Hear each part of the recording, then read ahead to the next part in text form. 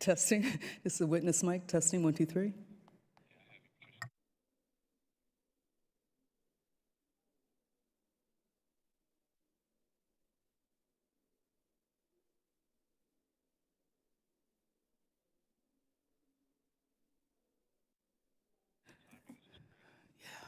Testing. 1, 2, 3. Chairman's mic.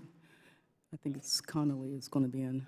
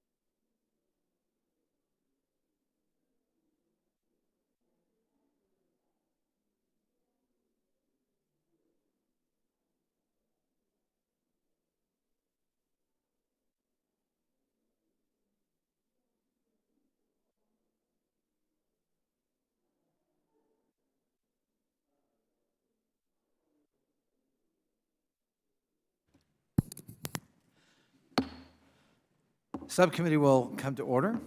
Without objection, the Chair is authorized to declare a recess of the committee at any time. Subcommittee is assessing the operations and management of the Washington Metropolitan Area Transit Authority Metro Rail system. And before I recognize myself and the ranking member for an opening statement, we are graced to have the Majority Leader of the House of Representatives with us, and I want to defer to him for his opening remarks, should he choose. You're very kind, Mr. Chairman. Thank you very much. As you know, I've been working on the Metropolitan Transit System when I first ran for office in 1966, which is about when we started. Carlton Sickles was a candidate for governor. I ran on his ticket. He was one of the fathers, one of the parents of the Metropolitan Transit System. And then when I came to Congress, worked very closely with Frank Wolf to ensure that the system was completed. And I'm pleased to be here. Thank you very much for your courtesy, Mr. Chairman. All of us continue to be deeply saddened, of course, by the loss of our colleague and friend and a great American and great member of this body, Elijah Cummings. We worked closely together on so many things, and I know that this committee mourns his loss deeply. I appreciate the opportunity to join the members of this subcommittee today to ensure that Congress is conducting its proper oversight of the Metro system, which serves our nation's capital and the greater Washington region, part of which I obviously represent. I'm proud to represent many of its suburban communities in Maryland, a district home to 62,000 federal employees, many of whom rely on Metro to commute to their place of employment every day. Approximately one-third of Metro's riders, of course, during peak hours are federal workers, and the majority of Metro rail stations serve federal facilities, making the system a critical lifeline for our nation's government workers. So many of our predecessors with whom I worked viewed, particularly Mr. Lehman from Florida, who chaired the Appropriations Subcommittee on Transportation, viewed our subway system as America's subway, because not only do a lot of federal workers use it, but an extraordinary millions of tourists use our system as well. The efficient and responsive operations of our government depends on ensuring that the federal employees in the greater Washington metropolitan area have a safe, reliable, and effective transit system. In the past few years, we've seen major improvements in safety and reliability, though, of course, there is much still to be done. I find it very reassuring that Mr. Wiedefeld, our leader, has been working closely with Raymond Jackson, the new president of the ATU local, that they have been able to improve the relationship between WMATA and its workers. After all, both the administration and those who implement the policies on a daily basis are critically important in improving and maintaining safety in our system. I appreciate that very much, and I know riders will appreciate it as well. Mr. Chairman, I was proud to work closely with Mr. Wiedefeld and with the union and with commuter advocates to introduce legislation in 2017 with your partnership and others and Ms. Norton and others from our region to provide congressional authorization for the Metro Safety Commission and to support its work. Safety for riders and employees must remain Metro's #1 priority. That's why I'm committed, Mr. Chairman, as I know you are, as I know Ms. Norton is, and I know the members of this committee on both sides of the aisle, committed to pursuing continued improvements in safety and reliability. I thank the witnesses. Mr. Chairman, before you came in, I had the opportunity to say hello to them individually, and I thank them for coming here today to share an update with the subcommittee and with the Congress. And I look forward to continuing to work with my colleagues, with Metro, with the Workers' Union, and with riders' advocates to ensure that Metro continues improving and can achieve the highest standards of safety and reliability. As you probably know, Mr. Chairman, the head of our transit system, Mr. Wiedefeld, was in Maryland for a long period of time and did an outstanding, extraordinary job there. I know Mr. Sarbanes knows that as well. But I thank you for this opportunity to be here at this important hearing. We thank the distinguished Majority Leader and also just thank him for his consistent, ongoing leadership and support for Metro. It's not been uncritical, but it's been essential. And he's helped educate our colleagues in Congress as to the fact that this isn't just any transit system, it is the national capital transit system serving the capital of the free world. We have certain obligations to make sure that there's a partnership between this body and Metro, and Steny Hoyer has just been a pivotal figure in making sure that happens over the years. Thank you. Thank you, Mr. Chairman. Chair now recognizes himself for an opening statement. Today, this subcommittee continues its oversight of WMATA.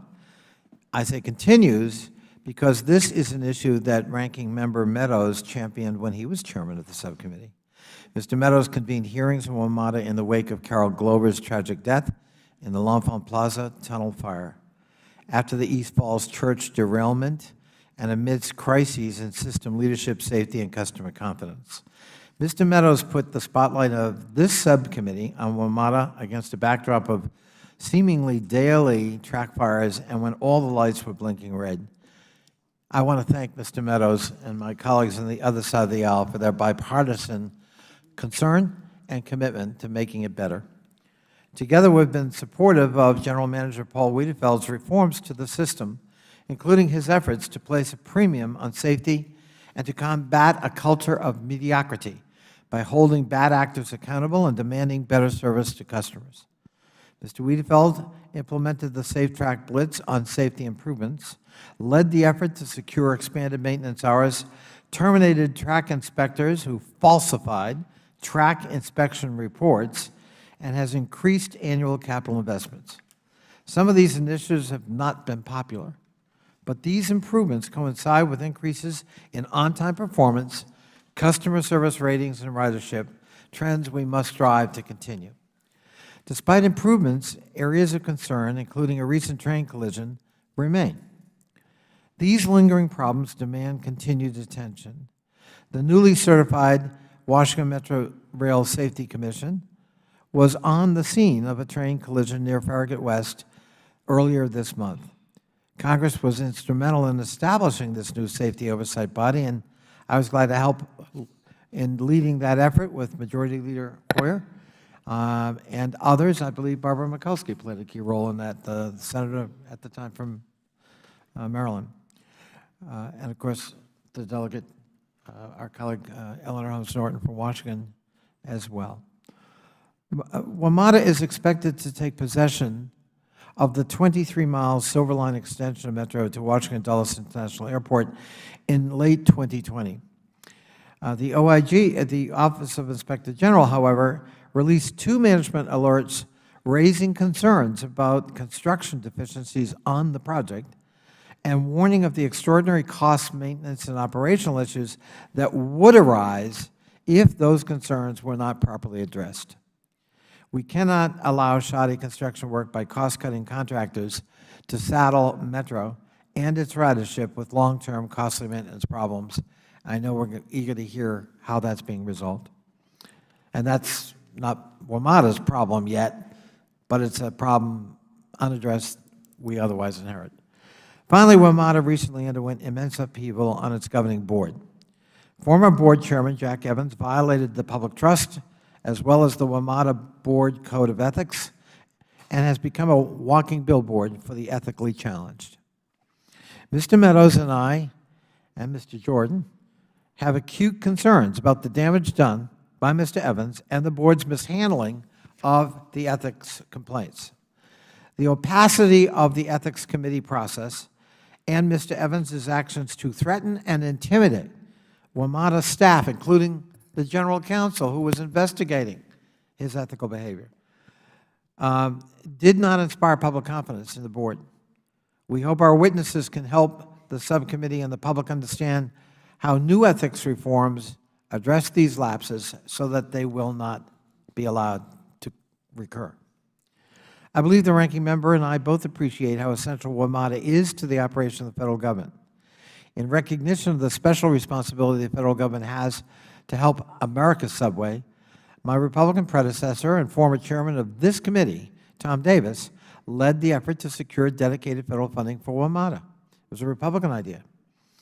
And I do appreciate that this year's budget request upholds this bipartisan, long-standing funding commitment.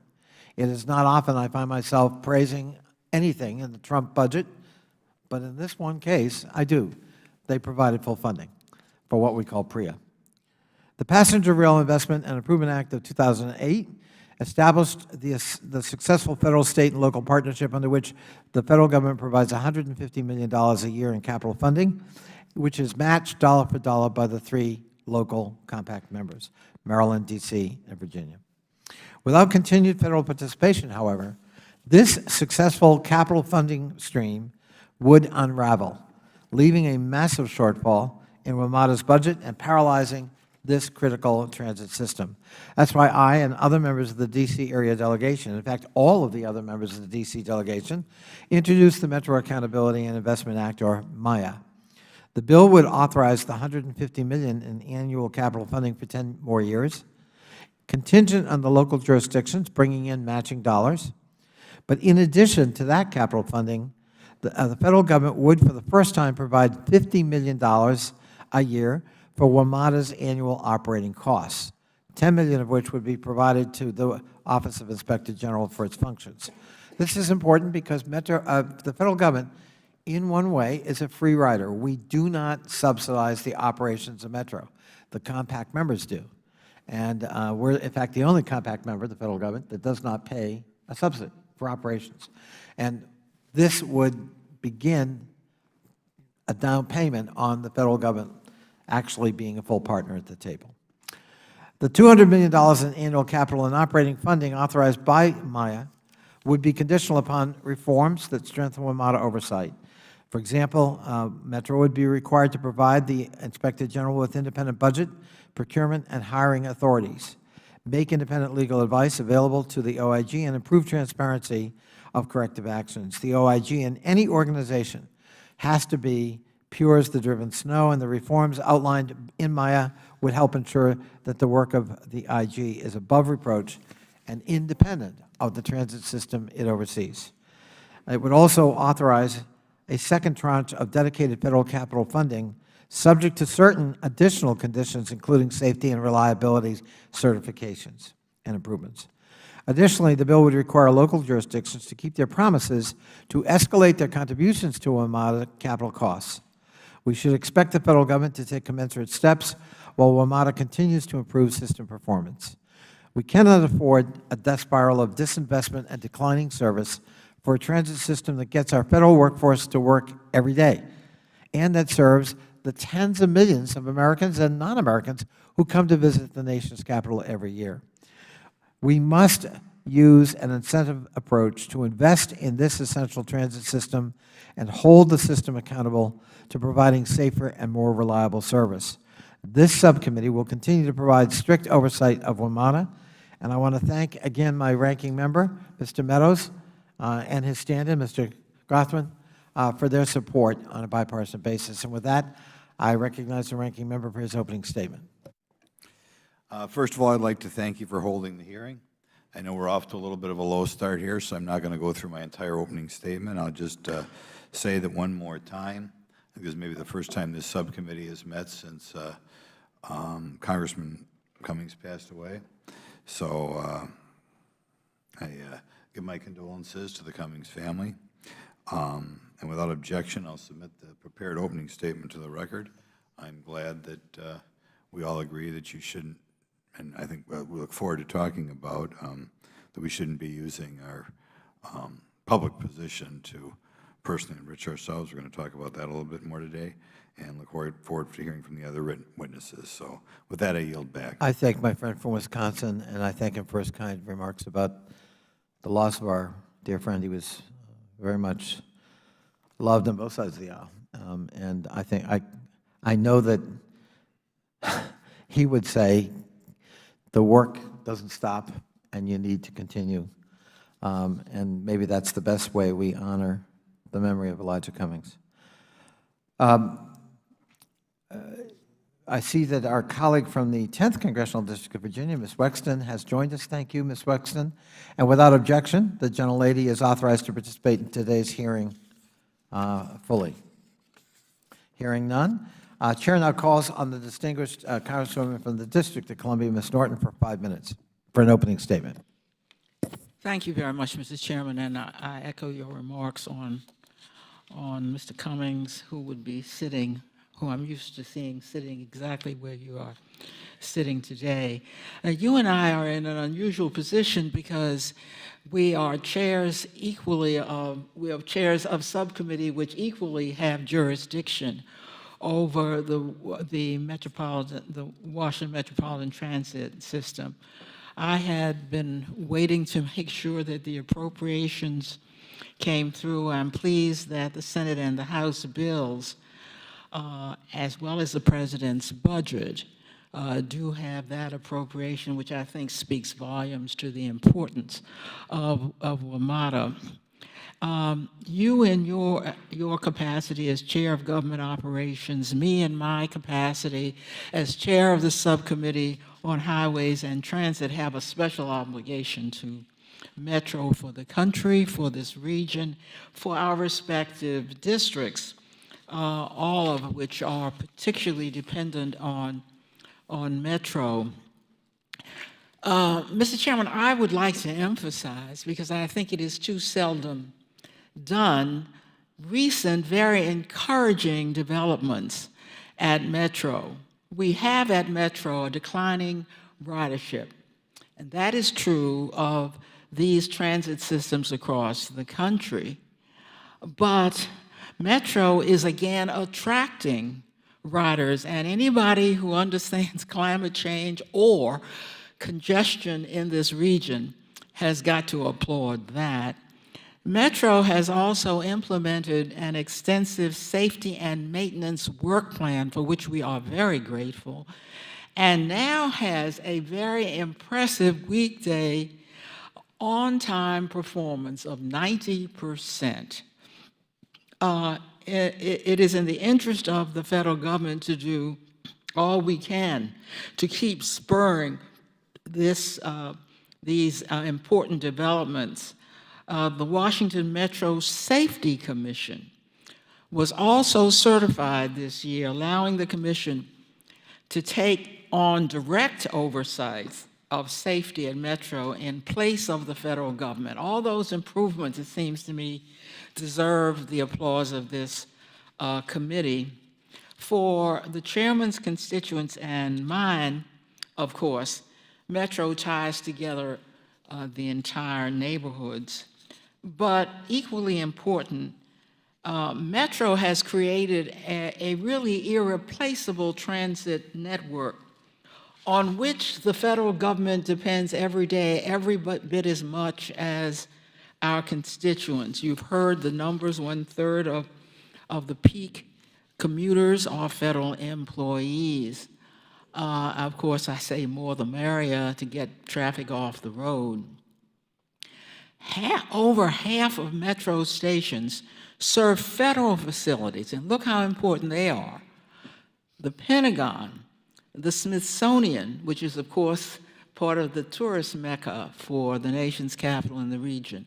The Census Bureau, it serves the Internal Revenue Service, and of course, the U.S. Capitol itself. Neither the federal government nor the regional economy would be possible today without Metro. Perhaps there was a time, but no longer.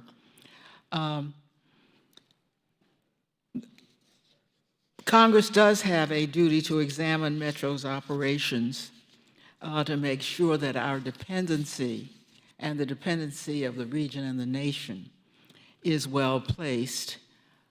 Mr. Chairman, though, we must not forget our ongoing obligation to hold Metro to the highest safety standards. We still mourn the loss of those injured and killed during the Red Line crash of 2009 and the L'Enfant Plaza incident of 2015, even more recently.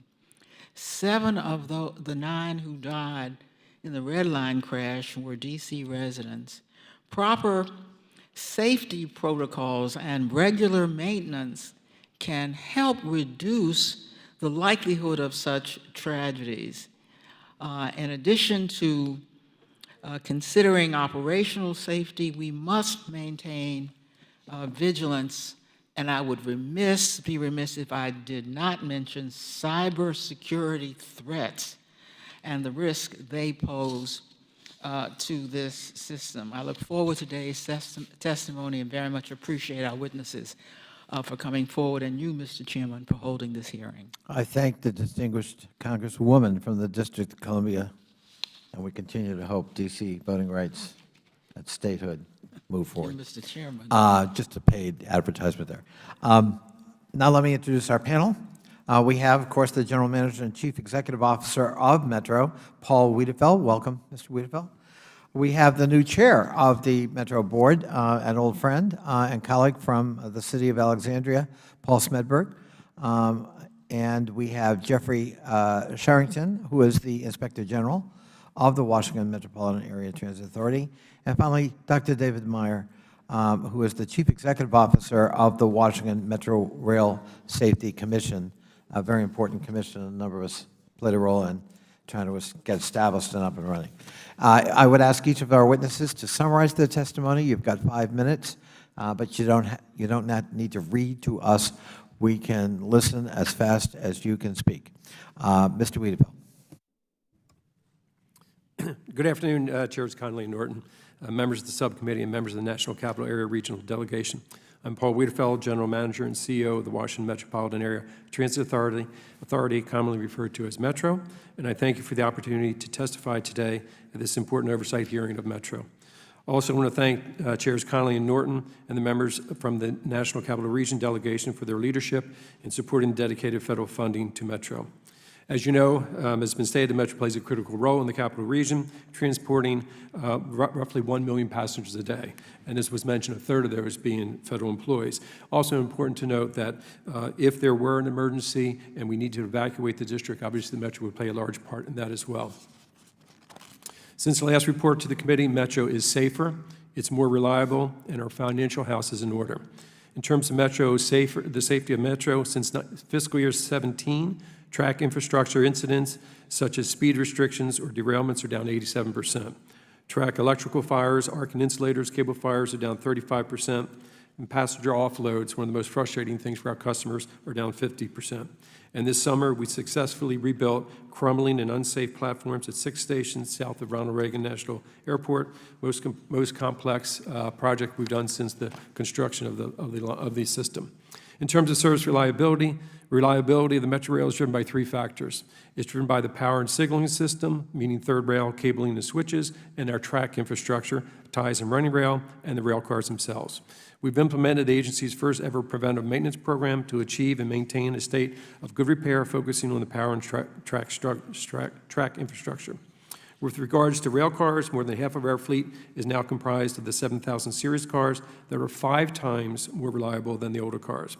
By focusing on these areas, service reliability has improved significantly.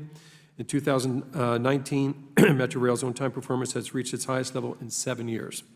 This increased reliability is combined with customer service initiatives has resulted in Metro Rail year-over-year ridership gains of nearly 3% compared to 18.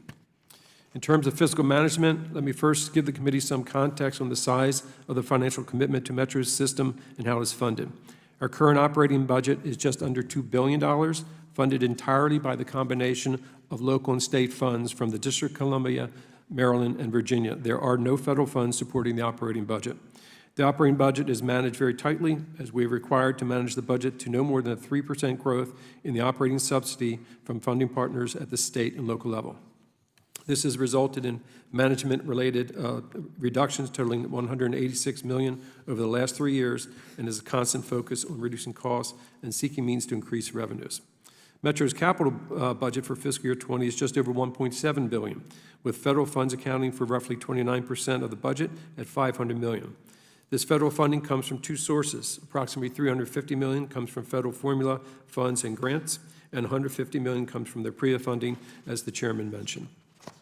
It's worth noting again that the $150 million in PREA funds is matched dollar for dollar by the state and local funds from the District, Maryland, and Virginia. Since we last met, Metro's total capital program has grown significantly as a result of state and local governments supporting passage of the dedicated funding for Metro that provides an additional $500 million annually to meet the state of good repair. To meet these critical safety and maintenance needs, our focus has been on delivering the increased capital program. I'm pleased to report that in the fiscal year 19, 99% of the $1.5 billion budget was delivered, as compared to 4 years ago when the authority was investing only 65% of what was requested. And I'm also pleased to report that we just received another clean audit for fiscal year 19. In closing, the progress at Metro has been made in areas of safety, service reliability, and fiscal management would never have been possible without the ongoing federal support and the support of our jurisdictional partners in Virginia, Maryland, and the District of Columbia. So once again, I want to express our thanks for the bipartisan support of PREA and thank the administration for including the funding in the President's budget request for the last 2 years. Mr. Chairman, that concludes my remarks. Thank you. You're a model for us all. You had 50 seconds left. Let's see if a recovering politician can do it equally as well. Mr. Smedberg, welcome. Good afternoon, Chairman Conley, Congressman Grothman, subcommittee members, and members of the National Capital Regional Delegation. I am Paul Smedberg, Chairman of the Board of WMATA. I appreciate the opportunity to be here today to discuss the Board's goals and priorities. I also want to acknowledge and thank the members of the National Capital Regional Delegation for their unwavering support. It is truly an honor to have been elected chair of the Metro Board, and as I take on this new role, I am focused on the future, and I would like to highlight my priorities going forward: ethics reform, PREA funding, customer-focused improvements, Office of the Inspector General. First, I would like to address the recent actions of the WMATA Board as taken up as a follow-up to the ethics investigation into former board chair Jack Evans. Following the investigation and report to the WMATA Board Ethics Committee, we determined the matter was resolved and no longer presented an issue under the Ethics Code as written at that time. But I and my colleagues on the board recognized that there was room for improvement and greater transparency. And that is why my first priority as board chair was to lead adoption of revised ethics codes that soon after the board's August recess. On September 26, 2019, the board unanimously adopted a revised board ethics code that strives to ensure greater transparency, accountability, and clarity. Some key changes include reported violations of board or undisclosed conflicts of interest by a board member will be referred to the WMATA Inspector General for investigation. A written summary report of the investigation must be provided to the full board. Determination of the board whether a violation or not will be considered in public session, and the board will vote on a written board resolution regarding the investigation. There is no distinction between an actual and an apparent conflict of interest. Instead, one definition requiring all conflicts to be similarly addressed. A conflict of interest arises whenever a board member's ability to perform his or her duties fairly and objectively would be compromised. The amended annual disclosure form requires additional reporting of A, clients or vendors of a board member's employer, and B, businesses or persons that a board member or a household member provides services such as legal, auditing, consulting, etc. This revised ethics code will provide all Metro stakeholders with the assurance that the Metro Board has in place an ethics code that will provide guidance and transparency to current and future board members. Second, authorization of federal dedicated funding. As chairman of the Northern Virginia Transportation Commission, I work closely with elected officials in Richmond to support the historic legislation providing $500 million in dedicated funding for WMATA. However, our funding work isn't finished, and there's a lot at stake in terms of safe and reliable service now and in the future, and we need our federal partners to recommit.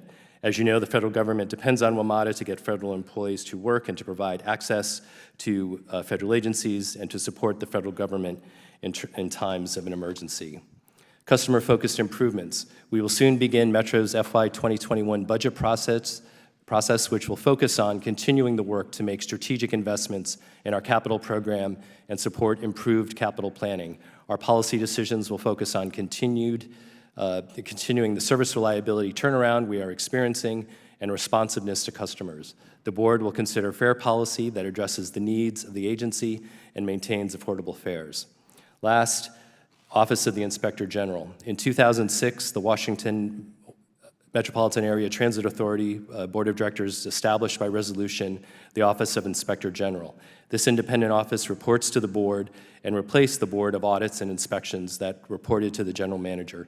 The Inspector General is the authority's lead for the review of WMATA's operational integrity, prevention, and detection of fraud and abuse within the administration. And the board has also paid close careful attention to the provisions of the PREA bill led by Chairman Conley. Over the past 2 years, the new IG and the Board of Directors have worked closely and collaboratively to strengthen and ensure the IG is operationally independent. Steady budget increases have been approved annually to facilitate better OIG work, including increased staffing levels for special agents, criminal analysts, and forensic auditors. Exceptions to WMATA policies for the OIG are now permitted and are handled on a case-by-case basis where the OIG can demonstrate a bona fide business reason that would assist the effectiveness of the OIG. An attorney has been hired to provide legal advice to the OIG. This attorney reports directly to the IG, not WMATA's general counsel or management. Separate office space has been created for the OIG staff outside the main headquarters building. The board's executive committee is responsible for oversight of the OIG's work. The board will continue to consult with the IG on the resources that he believes are necessary to strengthen the work of that office. And finally, Chairman Conley, the board is also looking forward to providing policy guidance on longer-term issues in a number of areas, including technology advances, responses to climate change, and addressing the need for, addressing the new regional mobility paradigm. Thank you for this opportunity to be with you here today. I will be pleased to answer your questions. Thank you, Chairman Smedberg. Mr. Charrington. Chairman Connolly, Congressman Grothman, and distinguished members of the subcommittee, thank you for inviting me today to discuss the role of the OIG at WMATA. I've submitted a written statement and asked that it be entered into the record. Without objection. Sir? Without objection. Thank you, sir. The WMATA OIG is an independent and objective unit that conducts and supervises audits, program evaluations, and investigations relating to WMATA's activities, detects and prevents fraud and abuse in WMATA activities, and keeps the board fully and currently informed about deficiencies in WMATA activities, along with the necessity for and progress of corrective action. As you know, the WMATA OIG is not a federal OIG. We're not covered by the provisions of the Inspector General Act of 1978 as amended. Our authority derives from the WMATA Compact and a 2006 resolution by the WMATA Board of Directors. Before my appointment as WMATA Inspector General, however, I had over 32 years of law enforcement experience, including a combat tour in the First Gulf War. 22 of those years were in the Federal Inspector General community, where I held senior executive and investigative positions in the OIGs at the Departments of Defense, State, Agriculture, and the General Services Administration. Since assuming office in April 2017, I've modeled the WMATA OIG after the Federal Inspectors General to the extent possible. I've been able in practice to operate independently of WMATA management in most respects, thanks to strong support from the current Board of Directors, especially Chairman Paul Smedberg and GM CEO Paul Wiedefeld. As a result, my office has had some success in pursuing our top priorities of safety, cybersecurity, and procurement improvements in WMATA operations. At the same time, the only statutory provisions for WMATA IG are in the compact. They're very general. They would provide scant protection to IG independence and objectivity if a future board or senior management were to alter their policies or practices regarding the IG. My written statement describes in more detail the key challenges facing my office in the area of statutory independence, particularly regarding our lack of law enforcement authority, lack of procurement, hiring, and other administrative authorities, and lack of budgetary independence. Despite the challenges, we've achieved notable results in fiscal year 2019, identifying $36 million in question costs or funds put to better use, issuing 96 contract audit reports, finding $9.5 million in possible savings, contributing to 6 criminal proceedings, 4 indictments, 2 convictions, and issuing 11 reports of investigation, 5 management alerts, and 3 management assistance reports. I've coordinated early on with Dr. Meyer, the Safety Commission, and we both have vowed to work together and collaborate on safety issues affecting WMATA. That concludes my prepared remarks. I'd be happy to answer any questions. You're a star. 2 minutes left. Whatever he wants, make sure he gets it. Dr. Meyer. Chairman Connolly, Ranking Member Meadows, Congressman Grothman, and members of the subcommittee. First, I want to express our condolences for the loss of Chairman Cummings last week. Second, thank you for having the WMSC before you to testify, and thank you, all of you, who were instrumental in standing up the WMSC. Finally, I want to recognize WMATA for its willingness to work with the new safety oversight framework. I was managing director of the NTSB during the investigation of the Fort Totten collision. I'm well aware of the complexities of Metro Rail and its importance to this region. I'm also a customer and personally depend on Metro. It's as WMSC's CEO and with that perspective that I appear before you today. I wish to briefly highlight some key points. We are the Independent State Safety Oversight Agency, or SSOA, for Metrorail. In 2012, Congress bolstered the requirements for transit oversight nationwide, and in 2016, FTA regulatory action triggered a 2019 congressional deadline for each state with a rail transit agency to establish a strengthened SSOA. As the new SSOA framework developed, it became apparent by the 2015 L'Enfant Plaza smoke event that Metrorail faced urgent safety challenges. The investigation found many deficiencies, and the FTA took direct charge of safety oversight. In 2017, the region took steps to establish an independent SSOA and to respond to the issues raised by L'Enfant. Virginia, Maryland, and D.C. enacted identical legislation establishing the WMSC, which Congress ratified, granting the WMSC significant enforcement and access powers. The jurisdictions appointed commissioners who elected Christopher Hart as chair. I joined as CEO in 2018. In March 2019, the FTA officially certified our oversight program, returning WMATA safety oversight to the region. We are fully up and running. The legislation provides extensive authority, which we use to carry out 6 core functions that I'll briefly touch on. We require WMATA to conduct thorough investigations of safety incidents. Ultimately, we own the investigations. If the reports meet our standards, our commissioners will adopt them. Otherwise, we require WMATA to resolve any issues. So far, that process has worked. We've adopted 17 investigative reports at public meetings, which we've held monthly since March. We inspect track and structures and rail cars and have carried out observations on trains and in the Rail Control Center. We've undertaken 57 risk-based inspections since we were certified in March, pointing out deficiencies and verifying fixes. We conduct safety audits. We expect to present our track audit findings in the coming weeks, and our second audit will focus on protecting track workers. In the months ahead, we'll audit operator and controller performance, traction power, and even elevators and escalators. We oversee corrective action plans, or CAPs. When certified, we integrated 101 CAPs the FTA had been overseeing into our framework. Many predated the FTA's assumption of safety oversight. Since certification, we found WMATA has taken acceptable action to warrant closure of 39 CAPs. And based on our own investigations, we're issuing new findings that will necessitate some new CAPs. Like all our functions, transparency is critical. I'm happy to report that as of today, our document with CAP updates, our CAP tracker, is now on our public website to help the public evaluate progress. We assess emergency preparedness. L'Enfant was a wake-up call that WMATA and its regional partners needed to improve how they handle emergency response procedures, and it appears that WMATA has made significant strides through drills and exercises. Our last core function is safety certification of major capital projects. That means ensuring WMATA best uses safety engineering practices. This function will be carried out on Silver Line Phase 2, where we provide a second set of eyes and will be part of the decision to open the extension.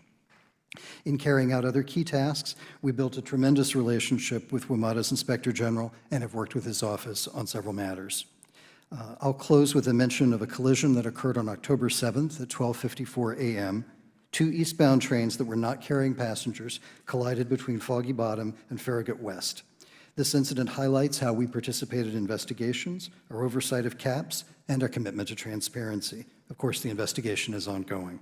We will continue our safety oversight efforts as I've detailed them today, and I look forward to keeping you informed and to your questions. Thank you. Thank you, Dr. Meyer. Thank you all so much for your testimony. I'm going to yield my first 5 minutes of questioning to the gentleman from Maryland, Mr. Raskin, who has to be out of here by 3 o'clock. Mr. Chairman, thank you very much for your kindness in doing that. Thank you all for your testimony. I'll just preface my questions by saying I'm a huge champion of the Metro. I was growing up here when it was built, and so I went to my first party on the Metro. I went to my first prom on the Metro, had my first date on the Metro. So I'm somebody deeply invested in its success, and I want to bring it back to its glory days. Let me start with this question. It's been 3 years since Metro cut back the nighttime hours from midnight to 11:30 on the weekdays, and then 3 a.m. to, I think it's 1 a.m. And I still hear from constituents who are working late, at hotels, restaurants in the thriving, nighttime sector that we have now, for whom this is a problem. What's the timetable or schedule for getting back to the earlier nighttime hours, Mr. Wiedefeld? Yes, just to put in context, that was put in place to deal with preventive maintenance that we never did. So that was very important. We're making great progress. We will be preparing our budget in next month. We want to get back those hours as quickly as we can, but we cannot do it at the expense of keeping the system safe and keeping to that maintenance schedule that we need to have. So I'm hoping to bring certain things to the table in our budget to start to bring back those hours, because again, that's what we want to do as quickly as we can, as quickly as it's safe to do it. Good.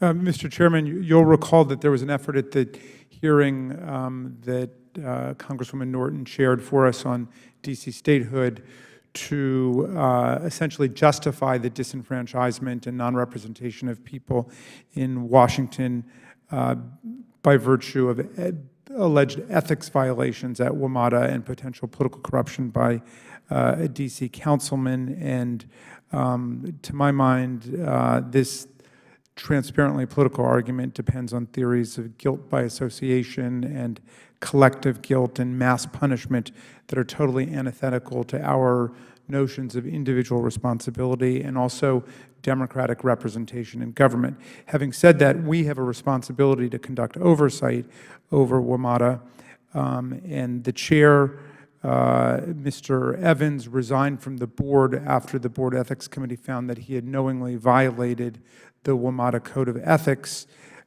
He apparently lied about his work on behalf of private clients, and the subsequent ethics investigation into his self-enrichment. As troubling as his behavior was, we are also focused on the complete breakdown in the transparency and integrity of the board's own ethics process.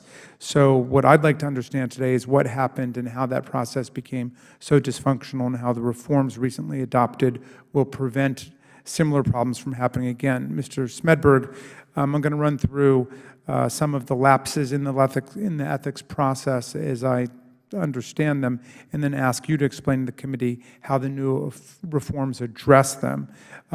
First, there was no report or timely statement issued at the end of the investigation to let the public know what had transpired and how the board planned to address Mr. Evans' actions. How did this happen, and how did the reforms address the problem? Congressman, the Ethics Committee came to a determination, and we determined that the issue was resolved, and that was allowed under the current code at the time.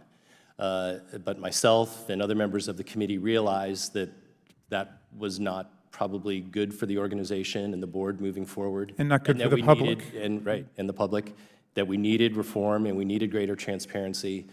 And that's why I pushed for the reforms and had full support of the board. And as I said in my opening statement, I outlined some of the key things. I think a couple I want to highlight again. First, all conflicts will be referred to the IG. The IG will then make a determination whether it was a violation or not. That written summary will be public, will be discussed by the board and acted on by the board in public. So that is, direct attempts to address a lot of the concerns that you and a lot of other people have had. Several of the members, including Mr. Evans, made false statements in public about the adjudication of the investigation and its contents. How would your reforms address and prevent a repeat of that?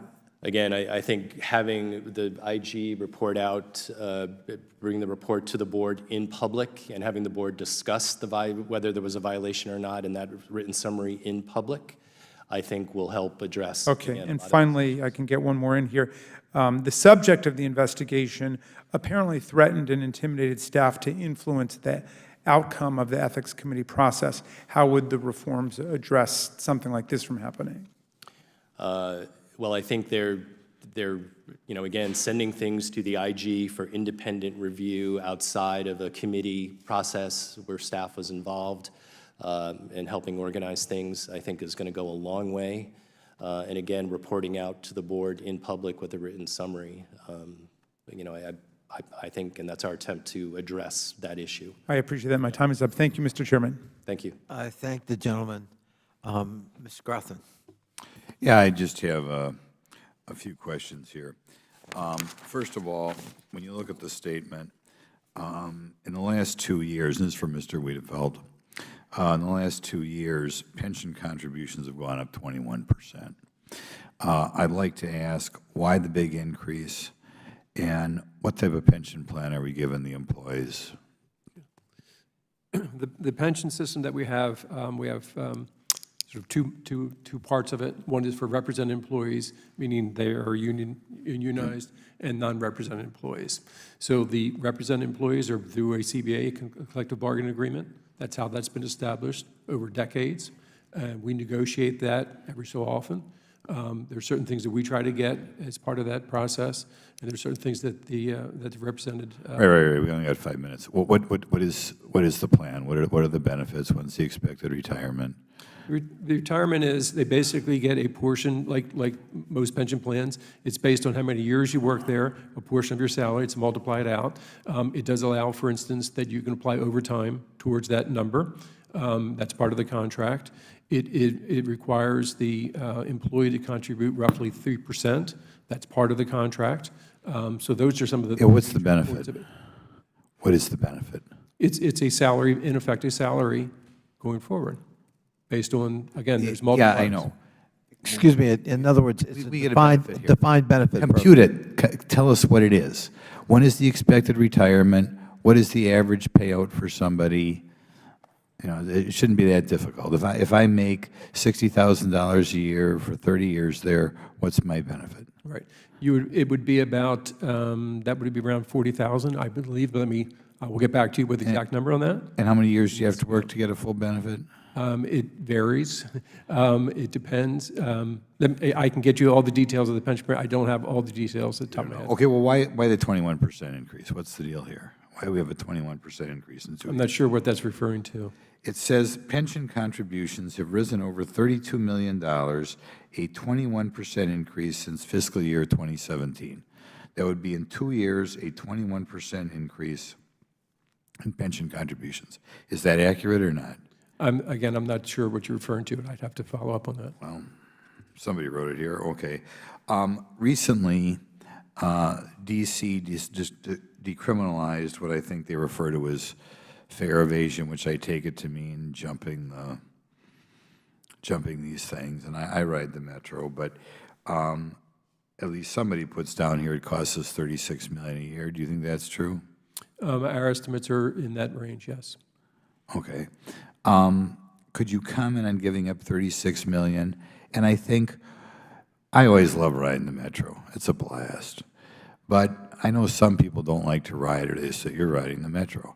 And I suppose that's because they think it's, I don't know, dangerous or something. I think fare jumping sometimes intimidates people, or they don't like it. Could you comment on the idea that we are decriminalizing fare evasion, which apparently causes some people to think that a higher number of people are going to, you know, jump over there and ride the train when they shouldn't? Could that result in less people wanting to ride the cars? And also, your $36 million a year, could you comment on that? Yeah. The decriminalization we did not support. It is not consistent across the region. Maryland and Virginia all have different ways that they deal with fare evasion. We wanted it consistent for our police and for our passengers, but the district decided that is what they wanted to do. Okay. It's too bad, and I'm not a congressman who travels abroad a lot. About 15 years ago, I went to Taiwan, and it was such a overwhelmingly law-abiding city, and I hope we try to make our capital as law-abiding as possible. It should be the kind of the star jewel of the United States. Next question. As far as percent of operating costs paid by fares, could you compare the Washington system to Chicago, say, or some other, we'll say Chicago? Sure. We're one of the highest. We recover roughly 42, I think it's about 42% out of the fare box. I think the average in transit systems in the 30s, low 30s. Here it says, maybe the people who give me this information aren't right, operating revenues only cover 22% of the total budget. Is that accurate, or they're making that up when they? I don't think that's accurate. Okay. Okay, well, there's my time, and thank you for giving me an extra 10 seconds. Absolutely. Thank you, Mr. Grothman. And at this time, I'll enter into the record on the subject of Metro's pensions, an article from the Washington Post by Freddie Kunkel a year ago, last September, September 22nd, that talks about the pension issues at Metro. Without objection, so ordered. Gentlelady from the District of Columbia. I want to thank my friend from the region, Mr. Connolly, again for this very important hearing. And again, I want to congratulate you, Mr. Wiedefeld, for the progress that Metro has made under your leadership. That's what I tried to emphasize in my own remarks. I have a question for Mr. Meyer about cybersecurity. Mr. Meyer, I am not alone among members of Congress who have expressed concerns about the purchase of Metro cars, about 800 of them from China. We are concerned it would give an avenue for espionage into our transit systems.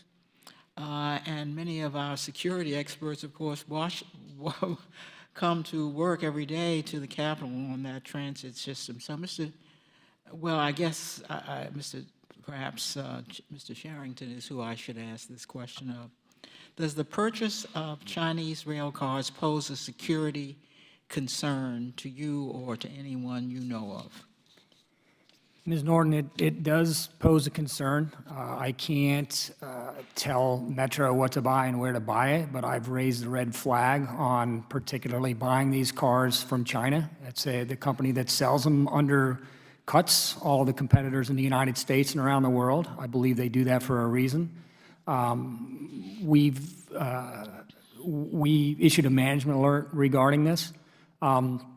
We believe that whenever the subway system runs underneath something particularly as critical as the nation's capital, seat of power in the world, and all the targets here, we're concerned that it can be controlled by a third party or outside of the Metro system. We can't guarantee that it would, but we've raised the alarm bells that it may. And we believe a state-owned agency that's selling it, that doesn't have the best track record for cybersecurity, certainly could do that. Now, it may never happen, but we've raised the alarm bells. And yes, if you ask, we're concerned, the OIG is concerned. Yes, ma'am. I appreciate that response. I do believe it's your professional duty to raise those concerns, and I do want you to know that Congress is hearing those concerns. Do you plan to audit or investigate this planned purchase? Yes, ma'am. We audit all of the major purchases anyway. We're looking at overhead costs, the contract, things that are in the contract. We also made a recommendation to the general manager, which he accepted, to make sure that cybersecurity provisions are in the procurements before they're even let out, so that we're protected that way. But yes, that is something that we're going to be tracking closely, whatever the general manager decides to do. How about you, Mr. Smedberg? Do you or other board members have concerns about the purchase of Chinese rail cars for a system here in the nation's capital? What would you please turn on your mic? Sorry, Congresswoman. We have been briefed, but this is an active procurement, and the board has delegated the authority to the general manager in this regard, and we have confidence in he and his senior team who are leading this effort. Thank you. I'm pleased that all of you are alerted to the possible risks posed. Mr. Meyer, I note that there have been a number of corrective actions, 101, that's a lot. When you inherited from FTA this safety commission that has been a major concern here in the Congress, and you closed 39, you had work on 32, but I've got to note the Farragut West train collision on October the 7th, so recently. have you prioritized that you had not gotten to that matter? Have you prioritized this among your remaining corrective action plans? Our focus has been on assessing each of the corrective actions, ensuring that the deliverables are well understood by both parties, and also working with WMATA to set reasonable timelines for the completion of each of the caps. Well, suppose an accident, I just talked about one, occurs. Does that cause you to change your priorities? I asked my staff on the day after the accident to take a look at the entire body of caps, to identify any caps in the list that could prevent train-to-train collisions. That work is ongoing, and we'll report out on it in a couple of weeks at our next public meeting. Well, I wish you would get back to us on any priorities you make when there are accidents or incidents on the system as you go about your work. And I thank the gentleman for. I thank the gentlelady and thank her for her leadership. Is Mr. Sarbanes coming back? In his absence, Chair is happy to call on the gentlelady from Virginia, 10th District, Ms. Wexton. Welcome. Thank you, Mr. Chairman. Thank you for yielding and for inviting me to participate in this hearing. I feel like I'm back on the Northern Virginia Transportation Commission, where I served for 5 years when I was in the state legislature. I was glad to hear you bring up the dedicated funding for state of good repair and maintenance, which was a long time coming, obviously. I was very proud to vote for that, as well as the Safety Commission. Metro is vital to the success and growth of Northern Virginia and the daily operation of the federal government. Silver Line Phase 1 has already given my constituents who live in and around Tysons Corner, McLean, and Reston access to Metro. And once Phase 2 is completed, constituents in my home of Loudoun County will have easy access to the district, and DC residents will find it easier than ever to travel to Dulles Airport or job centers in Northern Virginia. But despite this great potential, as we've discussed here today, the Silver Line faces many current and future challenges that need to be addressed in order to ensure that Metro is safe, reliable, built to last, and affordable and accessible to all. Now, with regard to that affordability, there have been reports of potential fare increases being considered in the near future. Given that WMATA factors mileage into its fare schedule, and that those riders who are boarding the system at Wheelie and traveling into DC are already paying the maximum fare, Mr. Wiedefeld and Mr. Smedberg, can you tell me if fare increases are being considered, and if they are, what impact do you think that would have on the maximum fare for those folks who are traveling on Phase 2 of Silver Line? The board does have a policy of visiting fare increases every 2 years. We have not done one for more than that period. So obviously, with every year when we prepare the budget, we look at that. In case of whether or not we would then also adjust the cap, it would be another issue associated with that. Our biggest focus, though, is getting people to use the smart trip cards and providing discount for that, even if we were to increase fares, because that's really the best way to use the system for us, both operationally and efficiency-wise, rather than collecting lots of dollars. If everyone just uses a smart, more people get to use the smart card. So we tend to give benefits for people that do that. As we explore our budget for next year, that's one of the things we will be considering. So it doesn't penalize people for using the system. The more you use the system, the more of a discount in effect that you get. Very good. Now, has WMATA considered other revenue sources, such as advertising or new parking passes or things like that, as a way to not have to increase fares? We do. Under the 3% subsidy cap, the current budget year, we have to come up internally, in effect, with $37 million. So that's exactly what we're looking at, is obviously more efficiencies, and then also ways to generate revenue, non-fare revenue. So it's advertising, quite a bit there, potential naming rights, things of that sort. And then literally just thinking out of the box in total about joint development is obviously another avenue for us as we do that. So all those things are the things that we have in the works, and I believe you'll see more of that in the very near future. Very good, thank you. And Congresswoman, Just what the general manager said, the board is supportive, given the cap, the 3% cap, looking at innovative ways to bring new revenue in addition to bringing in new riders. Okay. The Silver Line Phase 2 is obviously going to be important to that ultimately, but just continuing the improvements and safety and reliability of the system, the customer experience, bringing riders back in is also part of that formula as well. Thank you very much. And Mr. Charrington, I want to draw your attention to your two management alerts, one from August 16th, 2019, having to do with the results for core testing of concrete panels, and the other from August 19th, 2019, having to do with the track ballast at the rail yard. How, in these management alerts, you brought up that you had some recommendations and that you were recommending that WMATA not accept either the rail yard or the concrete panels at the above-ground stations unless and until everything was fixed. What confidence do you have that MWA and Capital Rail Constructors and the other contractors are doing what they're supposed to be doing since that time? Congresswoman, we issued the two management alerts to provide the general manager. He asked us to look at this back in August 2018 to conduct an independent review, not only of the concrete, but also of any other issues we found.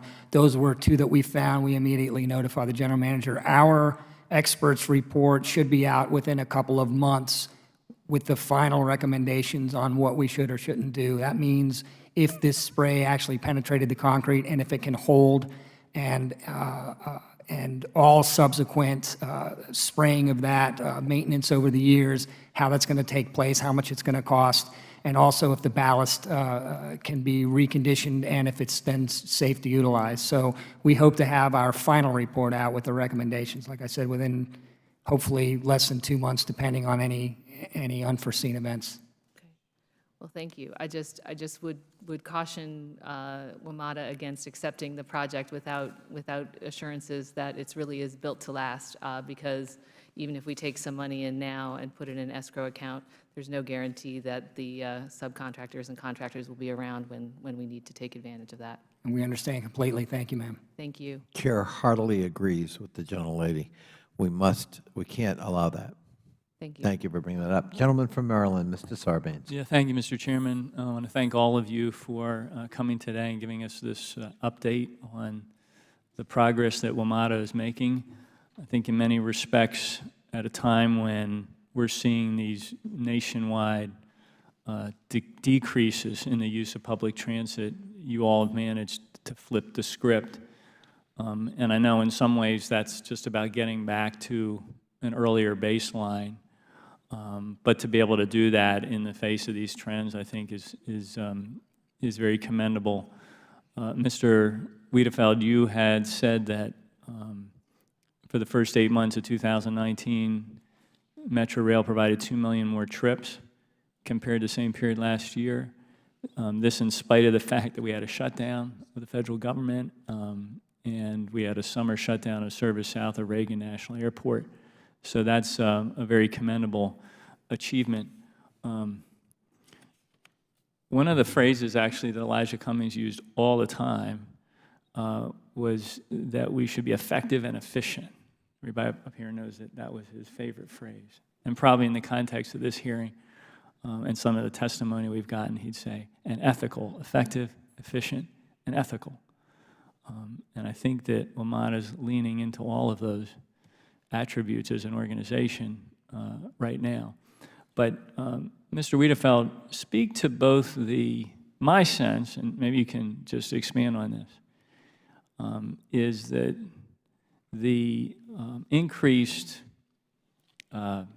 favorability, trust, whatever it is that is the best way to describe how people view, how the riders view the system, that the gains you've made there are a combination of real improvements, and if you'd like to speak to some of those, I encourage you to emphasize that again. But also the candor with which you've pursued things. Because I think that just the way a dog can smell fear, a a commuter can smell when they feel like they're not being leveled with, in terms of safety issues, in terms of how long something's going to take to get done, et cetera. And just the mere fact of trying to be transparent, calling it like it is, saying to people, well, if we're going to do X, it means we're going to have to suffer Y for a certain period of time, but X appears to be something you value, so we're going to go do that, and it's going to hurt. That just that, in and of itself, has helped to improve the image of WMATA. And I credit you with a lot of that, because I've seen the work you've done in your wearing other hats in the past. But talk, if you would, to that in particular, that idea of being candid, being transparent, being as honest as you possibly can every single day with the challenges that are faced. Because we've found it refreshing in terms of the way you've come and presented. But I imagine that your riders are finding it refreshing as well. And it's a tough standard to stick with every single day. So you add a burden to your job description when you invite that, but I think it makes a huge difference. Thank you, Congressman. One of the biggest things that we did as an agency, literally from the ground up, was that we put safety above service, and we believed it. And so what you've seen play out is that we make decisions based on that first. And to be frank, that's not historically what we were doing because of the pressures to put service out there, whether it's putting service out there that shouldn't be put out, whether it's putting out hours of service at the expense of maintenance and safety. And I think, unfortunately, we got to a point where we had lost the credibility in the community. And we had to focus on rebuilding that credibility by doing what we said we were going to do. It's painful. Ours is one example of that, the platform work where we had to shut down, platforms. We're constantly communicating with our customers. We did focus groups when we started the Back to Good initiative. And we took some heat for calling it Back to Good versus Back to Great or something else. But literally they said to us, do not tell us that, because we know what this system was. We lived it for 20, 30 years where there were no issues, and we've seen it decline. So don't tell us that you're going to get back there, because we know you're not going to get there. Get us back to good. So that terminology literally came from our customers. So we want to keep that, it is something we have to constantly remind ourselves that the customers have a certain view, and that's what we should be focusing on. Not my view, not necessarily other pressures that we get, but what does the customer really want? They want it safe and they want it reliable, and that is what we continue to focus on. Well, if I had a choice between a slogan that said, make WMATA great again, or make WMATA good again, I'd choose the latter. I yield back. I thank the gentleman, and I got to say, maybe that's a catchy phrase. It's reminiscent of Garrison Keillor's Lake Wobegon days, where the local grocery is called Ralph's. Pretty good grocery. I don't think we want to settle for that. We'll get back to good, but we want to get to excellent. I want to ask a series of rapid-fire questions for the record. And I thank you, Mr. Sarbanes, for joining us today. Let me begin with maybe the easiest. Mr. Smedberg, what is the position of the Metro Board with respect to the Maya legislation I described that now has the unanimous support of the National Capital Regional Delegation? We support the Bill 2520. Excellent answer. Yes. And would it make a difference getting the federal government, two, among others, but, well, maybe three things new in that bill. One is to empower the IG and give him some money out of the operating subsidy we provide. Good thing? Good thing. And we also provide an additional pot of capital funding contingent inter alia on safety certification measures. Would that also be a helpful thing from your point of view, over and above the basic $150 million PREA funding? that would be a good thing. Another good thing. And then just the general concept of the federal government finally stepping up and providing some subsidy, operating subsidy for the first time. Any views on that? That would not only be a good thing, that would be a great thing. Great thing. Getting from good to great there, Yes. Mr. Wiedefeld. Okay. Excellent. Well, thank you. Because we need to know that we do have Metro, the local support for this bill moving forward if we're going to make a case. But I think that I personally have long believed, as a local official, Yes. the federal government is a free rider. It doesn't provide operating subsidies, and everyone else has to basically underwrite federal employees using Metro. And as you know, Mr. Chairman, in Virginia, in particular, the localities are the one that pick up the lion's share of Exactly. it, as you're well aware. Unlike Maryland. And having the federal piece there is vitally important so the general manager, his team can really continue the safety, reliability, and the maintenance issues that the Exactly. system faces. Now, let me ask you, Mr. Spedberg, and you, Mr. Charrington, just some quick questions of Mr. Evans. We can't ignore this subject. It seems to me, and I think to my colleagues on both sides of the aisle, l'affaire Evans, as chairman of the Metro Board, really revealed some weaknesses in internal governance. No checks and balances on ethical behavior, no commitment to transparency in terms of an investigation and the findings, no clear disciplinary measures in place when an ethical infraction is found. In this case, we had a situation where, from the beginning, the process was flawed, not documented, not carefully recorded and reported. There were lies about what the report did and did not find. And initially, he was cleared there was nothing, not true. There was another member of the Metro Board, also from D.C., who decided his role was to be protector of the gentleman accused of ethical violations. Really, there were no automatic penalties. Ultimately, the gentleman under pressure resigned. But that suggests to me a system that is woefully inadequate in terms of self-policing.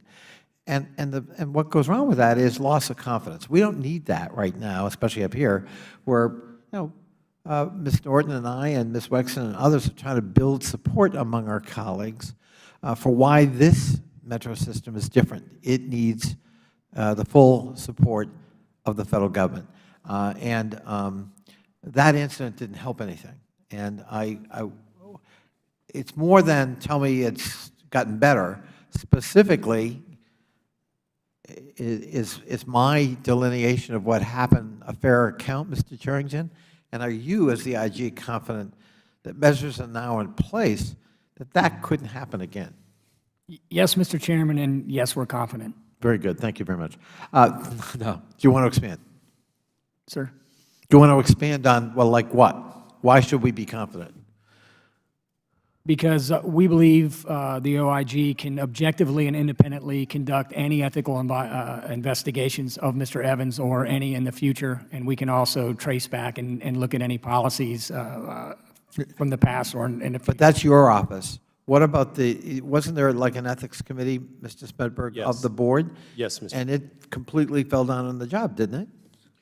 Well, I'm not sure we completely fell down on the ground. We did do an expedited review. We had findings. As a committee, we came together on consensus on one of the findings.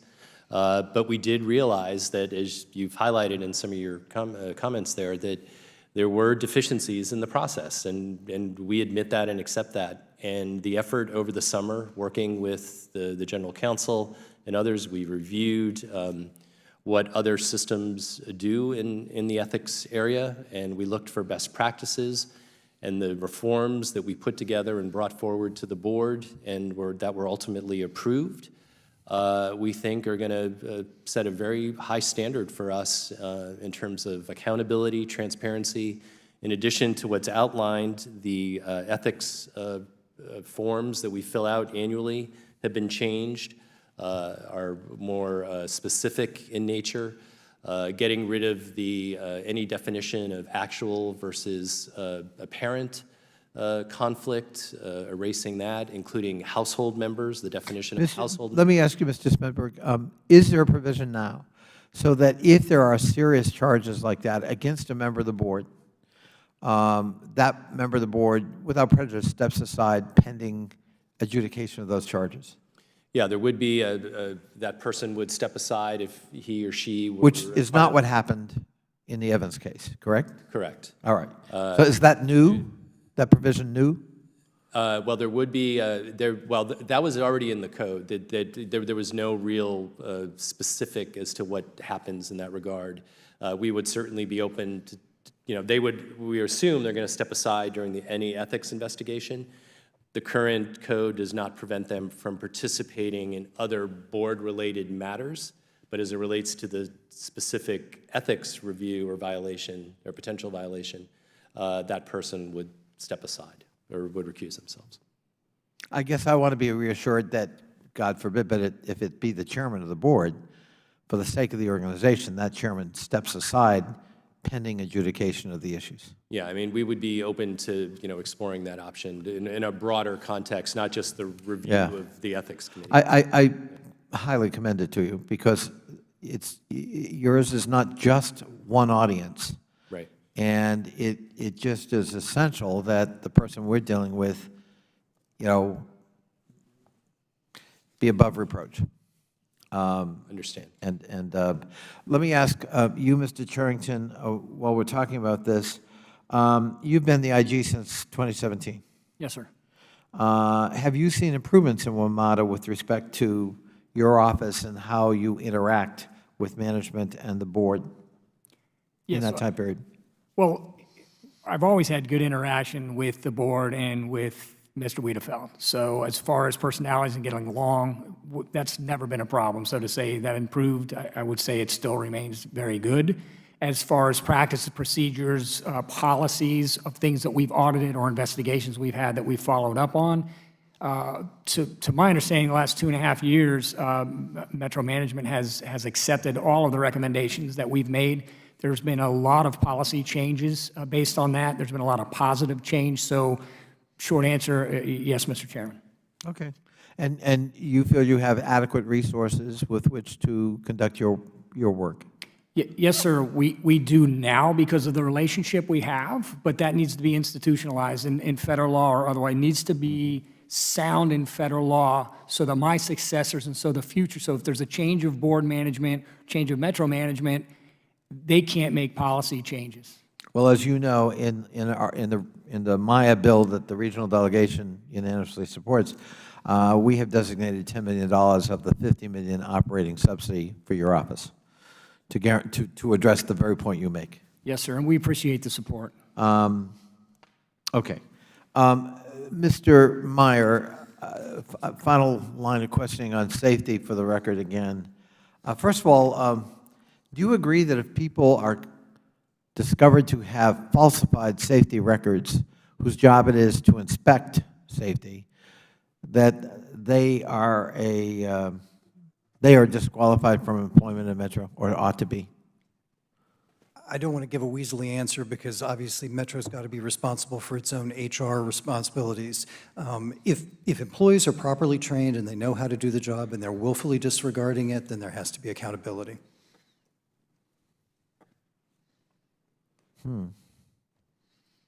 Sounds bureaucratic.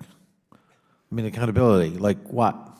Oh, I would agree with it. I mean, we've had deaths on the system. If someone is properly trained and willfully disregards procedures and leads to something like that, absolutely, they should not be working. So you would back Mr. Wiedefeld in seeking disciplinary action against such individuals? Yes, I would. Without prejudging. Yeah, But I mean, yeah. if it's clear, we have the evidence, Mr. Wiedefeld has had the intestinal fortitude to try Oh, to absolutely. deal with that so that we weed that out and we set a standard that says you can't do that. Absolutely. I don't mean to appear Okay. weakly on it. Because I think the public needs that reassurance. Absolutely, and I support him on that. Generally speaking, discipline is not something that's in the lane of safety. Okay. Did you look at the October 7th incident in which two Metro trains collided? Yes, my staff and I were on site during that Monday morning. We are working with Metro. The investigation is ongoing. In the day after the accident, I called for an engineering summit to be held. That was held Thursday of last week. I'm very appreciative to the number of WMATA staff that came. We had a very candid discussion about some of the caps that exist, some of the engineering approaches, and we are working now to digest that information. And of course, Metro is investigating the accident under our overall oversight.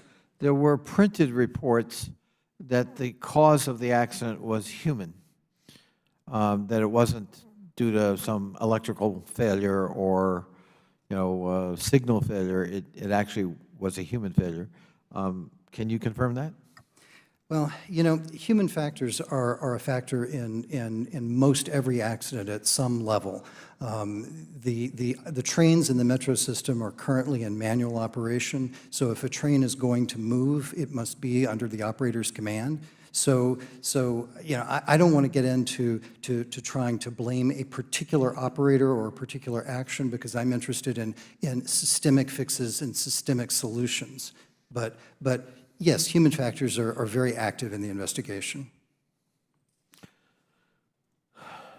Well, let me just say, Dr. Meyer, I'm in a system that's trying to recover ridership, and that has lost a lot of ridership because of loss of confidence in safety, number one, reliability, number two. I just think I would commend to you speaking a little more forthrightly and directly. I don't know that the public would understand your last answer, Well, I appreciate but the public needs to. Then we need to either tell them, we can't give you a good answer, or give them a reassuring answer. But it's got to be forthright, so people know the system is or is not safe. I don't want to think I take my life in my hands every time I take a Metro ride. And we've had deaths in the system.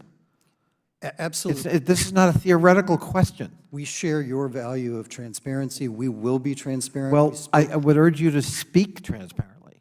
I'll do my very best, sir. Thank you, because I think the public is counting on you. We're counting on you, Your words too. mean a great deal, and we will take them to heart. Okay. I see my good friend from Maryland, Mr. Trone, has arrived, and the Chair now recognizes Mr. Trone for 5 minutes of questioning. Thank you, Mr. Chairman. Good afternoon. 174 million riders. Wow. I mean, it's local riders, but it's also tourists. I mean, you guys are the face of our nation's capital, and it's really important that it's not just the stations and the rail cars, but the real face is the team, the people, the workers, the management, et cetera. So there's been a number of issues regarding that face that faces our customer-facing area. So, Mr. Wiedefeld, what steps have you done to improve service? Let's talk about that a while. In terms of service or? Customer service. Customer service. Yeah, first and foremost, I think we have to recognize what our employees, they do a tremendous job, the vast majority of them on customer service, to the point where they literally save people's lives. They put themselves in danger to do that. That happens on a regular basis, and just recently it's happened several times in the last month. Or last 2 months. So I have to commend our workers, because they do that every day. When we don't have workers that do not perform to that, we basically direct them, this is the way what is expected of you, and if not, then we go down a path that they do not belong with us. They've chosen not to buy into our culture of customer service, and that this probably isn't the place for them. So we continue to do that. We are working very closely. As you can imagine, we have a very strong workforce, from a representative workforce. We're working very closely with leadership in the union area to work through all types of issues. One of the biggest issues our bus operators have is just some of the issues they deal with on day-to-day in some of the communities they serve, how they're treated, and get them to basically not take the bait, right? They're not there to do that. They're there to serve the community. And things of that sort, we reach out to the community itself to have them respect our operators, particularly the face-to-face instances. So there are a number of things like that, but they are professionals. And we want to treat them like professionals, but then we expect them to act like professionals and perform like professionals. So it's a two-way street to get a better customer service. So how many total workers do you have in the system, full-time equivalents? 12,000.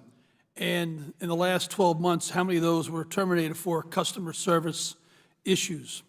I don't know for specifically for customer service, but we have certain rules that they break them.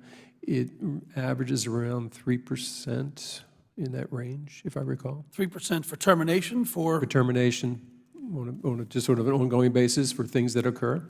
And how many different mistakes do they have to make before they're actually terminated? It varies. There are certain things we call cardinal rules. If you break them, that's it, you're done. And so we have a series of those. Obviously, we have a process we have to go through, but if you break a cardinal rule, that is something that immediately occurs. So that speaks to the standards. What are some of the key standards that you have, these cardinal rules? You cannot lie to us, for instance, when we have an investigation. We need to know the truth right away. And that's one of our major cardinal rules. Obviously, you can't use a phone.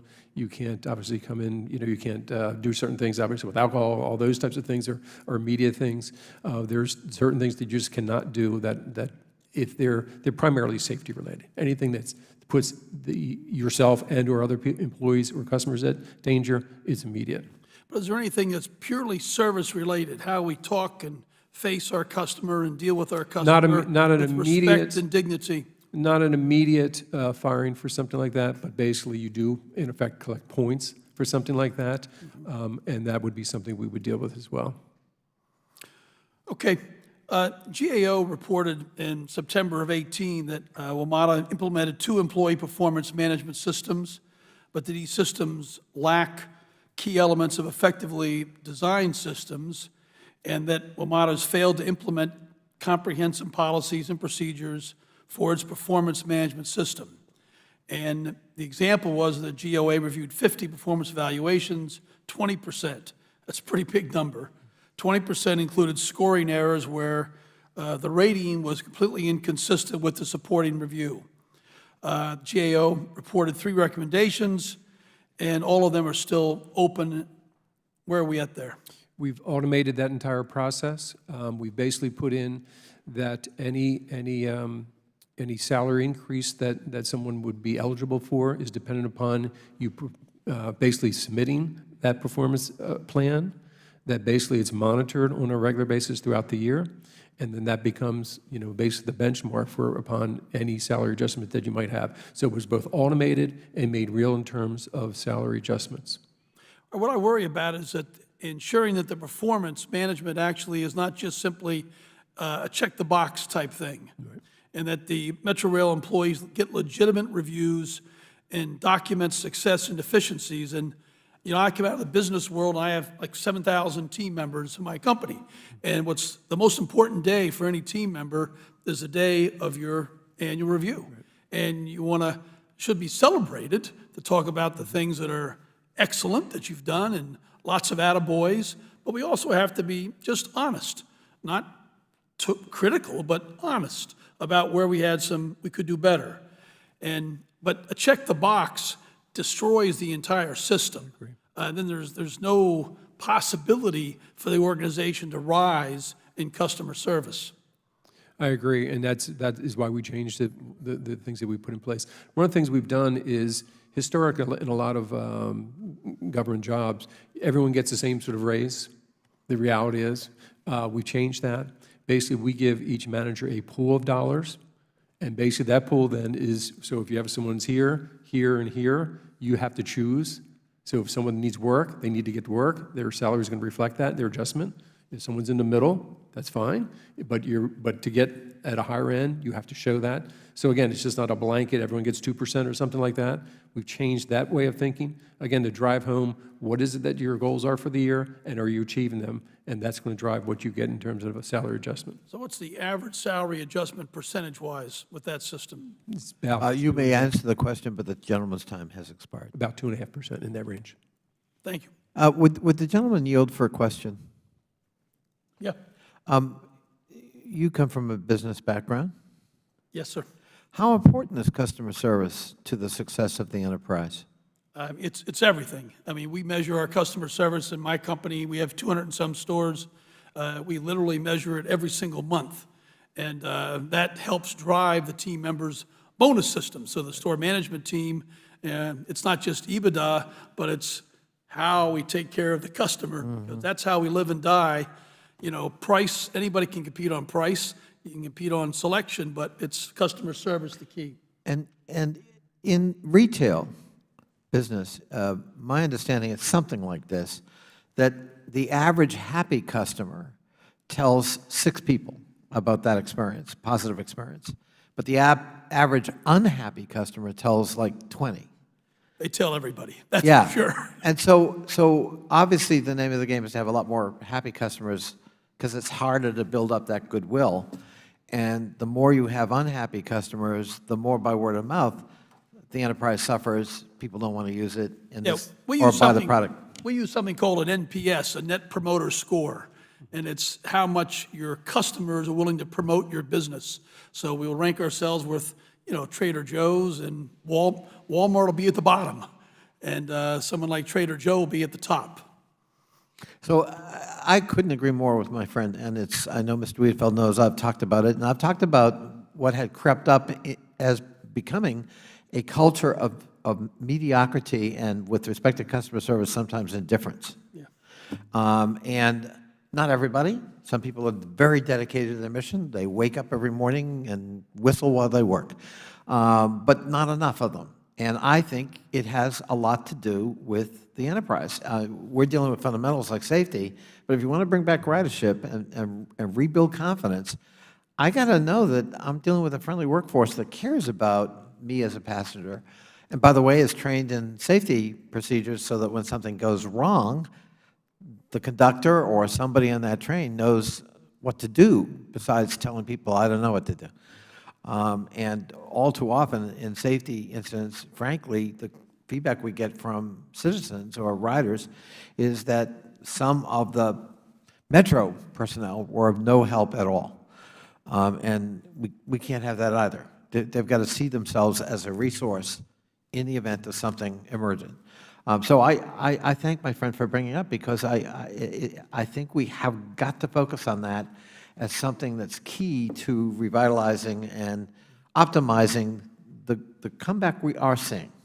And there are a lot of hopeful signs, not least because, you know, management's paid attention, but there's a long way to go in the area of customer service. I thank my friend for pointing it out. With that, I ask unanimous consent that Mr. Hoyer, the Majority Leader's full statement, be entered into the hearing record without objection, so ordered. I want to thank our witnesses for their time today. Without objection, all members will have 5 legislative days within which to submit additional written questions if they choose for the witnesses to go through the chair, which will be forwarded to the witnesses for their response. And I'd ask all of our witnesses, in the event that you get such questions, that you respond as expeditiously as you possibly can. And with that, we are... What? Unanimous consent for Mr. Trone as well.